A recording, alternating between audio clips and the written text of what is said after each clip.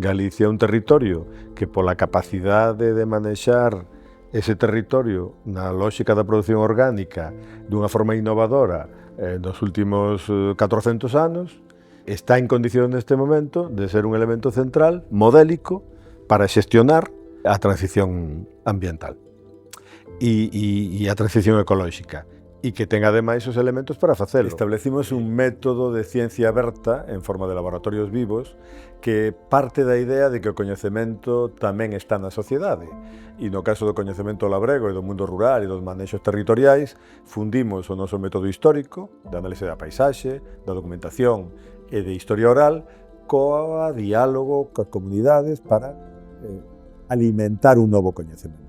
Convertir en acto, en diálogo concreto e complexo, multidisciplinar, en equipos complexos coas comunidades, todo o que nos fomos recollendo ao longo de moitas teses de doutoramento, moitos traballos de investigación, moitos proxectos, pasar do plano á realidade. E logo, construir unha proposta coa fusión do coñecemento académico e o coñecemento vivo das comunidades. O obxectivo inicial do Laboratorio Ecosocial do Barbanza foi contribuir á sustentabilidade das comunidades de montes do Barbanza, non? Desa península que está moi poboada e moi desagrarizada, pero onde a comunidade sigue tendo un peso moi importante. Temos un modelo construído, temos un modelo xa que aplicamos en 3 comunidades de montes multifuncionais, agora vámoslo usar para aplicalo nos montes de Rianxo, que son, pois, a razón de ser deste proxecto. Intentamos investigar históricamente como funcionaran esos territorios en 3 casos de estudo, en Baroña, en Froxán e en Laíño.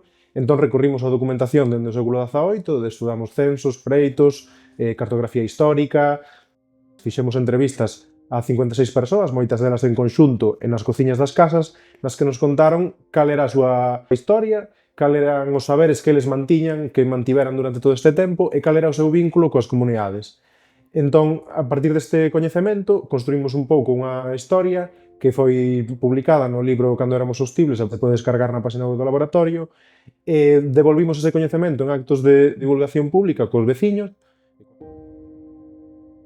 En realidade o que nos facemos é construir un método que ademais é reproducible. Non só no caso concreto das comunidades, que está funcionando dunha forma evidente nos últimos 6 anos e cada vez con mellores resultados, pero digo que cando presentamos en ámbitos académicos o resultado tamén é igual de efectivo. O que nos fixemos é adaptar e aplicar metodoloxías de avaliación da sustentabilidade para poder proporcionar esa información ás comunidades sobre cal é, digamos, o estado de saúde socioecolóxico dos seus montes. Esta metodoloxía recibe o nome de metabolismo social. Permiten avaliar en que medida nos estamos xerando rendementos, mantendo a biodiversidade, e nos permite tamén ver onde podemos mellorar. Porque evidentemente podemos estar ben, pero podemos mellorar. Como este proxecto remataba, comezamos a ver que podía haber unha posibilidade de futuro. Dende a Fundación Ría identificaron unha chamada de proxectos da Fundación Biodiversidade que favorecía a bioeconomía forestal, que chaman eles, e nos vimos que aí podía encaixar a folla de ruta que as comunidades de Montes de Rianxo estaban trazando para o seu futuro. Entón, con eles, diseñamos sobre o plano e sobre o territorio como iniciar esta transición, e poñéndolle números e lugar ás accións que eles querían levar a cabo, porque nos, o que percibíramos nas entrevistas é que eles realmente sabían o que tiñan que facer para evitar os lumes, e sabían, non todas, pero case todas as que traballamos, empezan este camiño despois dun incendio ou por medo aos incendios. Un territorio non manexado é un territorio moi pouco resiliente frente a problemas medioambientais, concretamente os incendios forestais. E o feito é que estas comunidades están na práctica xogando xa, e nós pensamos que poden xogalo de maneira moito máis activa no futuro, un papel moi importante contra a desagrarización e abandono do rural. A finais de 2024 recibimos a noticia de que íbamos ter diñeiro para poder comezar esa transición cara a un modelo multifuncional dos Montes de Rianxo.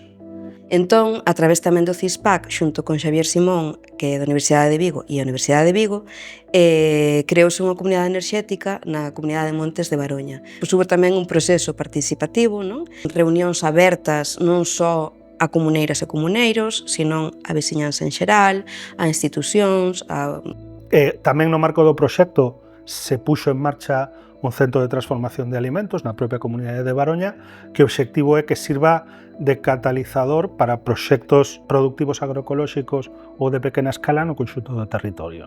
É un camino que está funcionando moi ben, pero un camino que non rematou, que ten moitas posibilidades de desenvolvemento futuro. O que nos puidemos ver nesta última análise é que as comunidades de montes son sostibles canto máis multifuncionais son e que ademais están prestando un conxunto de servicios á sociedade que teñen moito valor en si mesmos e que teñen valor económico e que precisarían de ter máis apoio institucional. O valor dos servicios que prestan en forma de mantemento da biodiversidade, secuestro de carbono e, polo tanto, control do clima, servizos hídricos de calidade que logo se consumen nas vilas ou nas cidades que están abastecidas pola auga que se produce de maneira sana nestes espazos, servizos recreativos, servizos culturais, servicios sociais á propia comunidade, é dicir, toda unha enorme cantidad de servizos que ao final do ano acadan cuantías de varios millóns de euros e teñamos en conta que unha comunidade de montes os ingresos que pode percibir o ano poden estar entre 50.000, 100.000, 150.000, 200.000 euros, non moito máis. Isto nos está dicindo que nós como sociedade temos unha débeda que de alguna maneira deberíamos compensar con políticas públicas, por exemplo, de apoio.